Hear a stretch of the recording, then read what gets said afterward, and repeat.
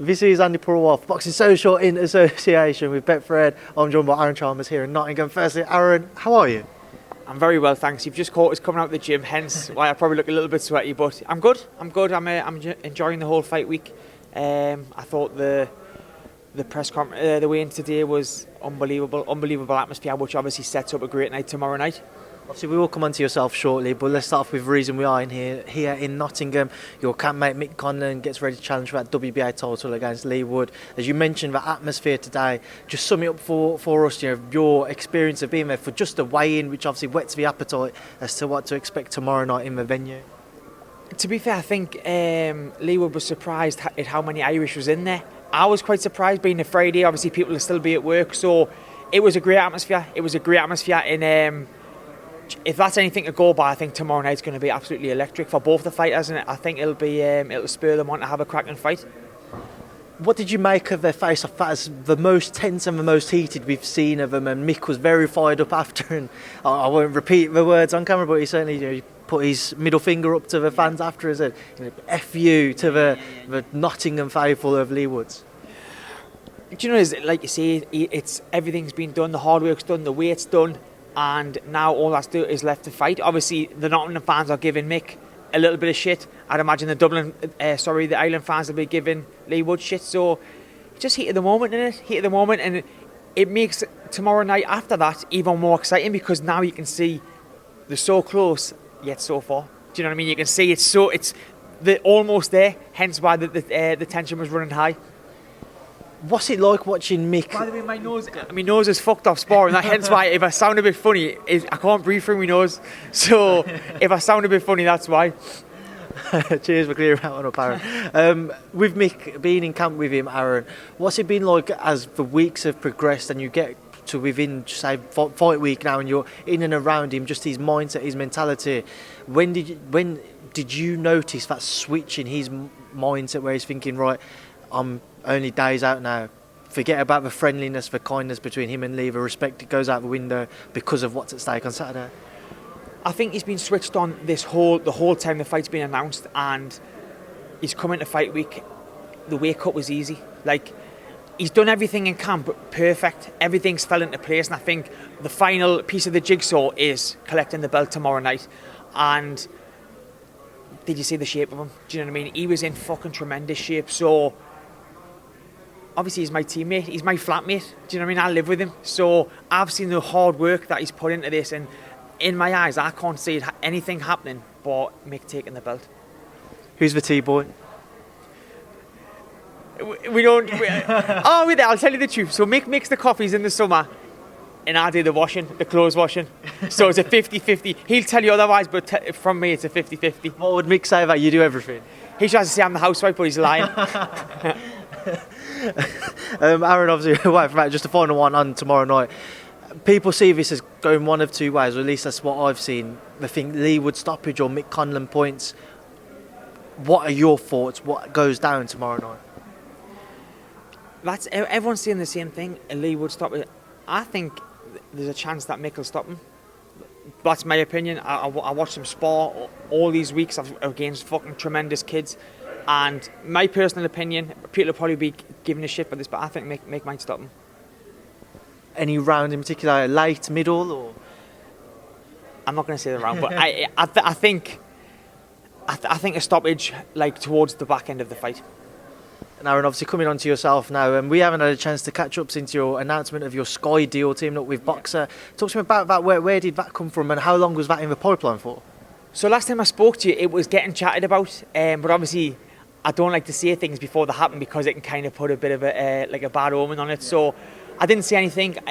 We had a few options. There was a couple of options, but for me, I think Sky Sports, they're putting some big fights on. Obviously, we all know I'm not going to be a world champion, but there seems to be fights that they could possibly make for me down the line, which would be big fights. So yeah, it was a no-brainer once I spoke to Ben. Adam and Ben get on well. I've done some work with Ben years ago with Paul and Malignaggi before one of my MMA fights, so it just seemed the right thing to do. Like when I seen the offer, I spoke to him, it was just seemed the right thing to do.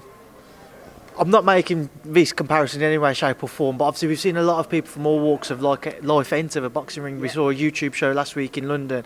I know yourself, you've got the MMA background, you've competed in that, you've taken that very seriously as you are in boxing. And when we did our first interview, there was a lot of comments from people just saying, fair play to him, he's taking it seriously, best of luck. How important is it for you that whoever follows your boxing journey understands that you know you won't become a world champion, but you want to give it your best just to try and achieve what you can within the sport, and you're not just doing it half-heartedly?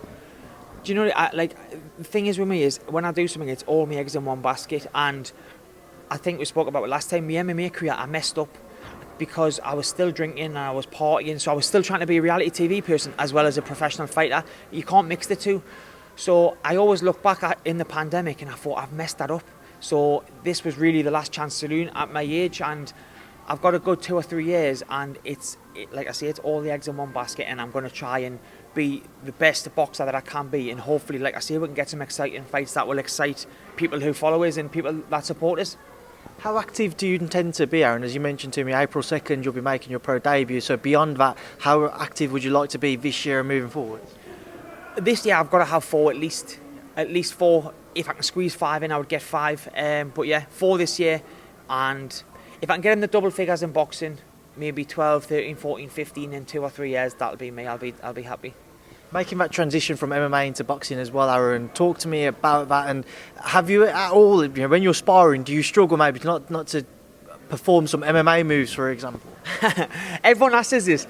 See, with me in the sparring, so recently when I've been sparring quite hard, is anyone that gets in the clinch with this, before they know it, they're thrown either to the ground or off, because obviously I just use the MMA, but it's not illegal. Do you know what I mean? So I just have certain things that when they come close, I can just kind of, just a quick turn and they're gone. So it kind of uses it to my advantage. Don't get us wrong, I've been down Adam's 18 months now. Do you know what I mean? It's been a long 18 months, but with Adam being my manager, I think he wanted us to box a certain way before we got in there. So it's only been time well spent learning, do you know what I mean? So when I do box in 3 weeks, people will say, fucking hell, he can box. It's not going to be coming in. And when I done my first MMA fight, it was a bit of a, it was just a brawl. There was no technique, there was no nothing. So when I get in there in 2 weeks, people will say, he's not bad, but there's always room for improvement.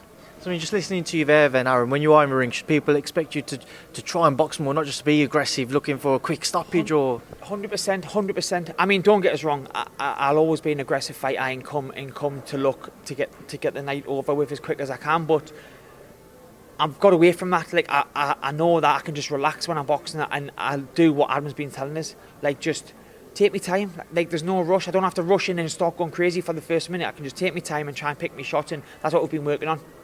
Aaron, just before I let you go, I just want to go back to, again, last time we spoke was William Eubank Jr.